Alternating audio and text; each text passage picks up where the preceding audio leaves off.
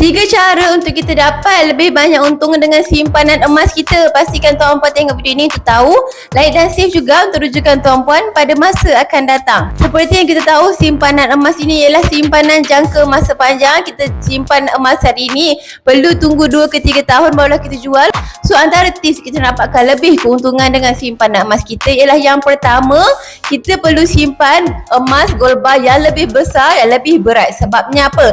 Sebab emas yang gold bar yang lebih berat, yang lebih besar, harga per gramnya lebih murah berbanding harga emas yang gold bar yang kecil-kecil. So lagi besar gold bar tersebut, lagi rendah harga per gramnya, lagi jimatlah duit kita ketika nak beli emas. Yang kedua ialah kita pilih emas yang betul untuk kita dapatkan susun nilai yang lebih rendah. Sebagai contoh dekat public gold, susun nilainya sekitar 6 ke 9%. Kalau kita beli emas yang kecil, susun nilai sekitar 9%.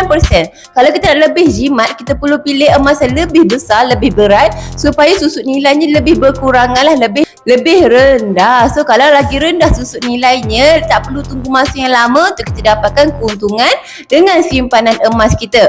Dan yang ketiga ialah tempoh simpanan emas kita. Seperti yang kita tahu, simpanan emas ni makin lama kita simpan, makin banyak untungnya kita dapat. Kalau kita simpan emas hari ini, kita dah jual tahun depan, kita hanya dapat sikit saja keuntungan. Kalau kita simpan 10 tahun akan datang, 20 tahun akan datang, harga pun dah meningkat berlipat kali ganda.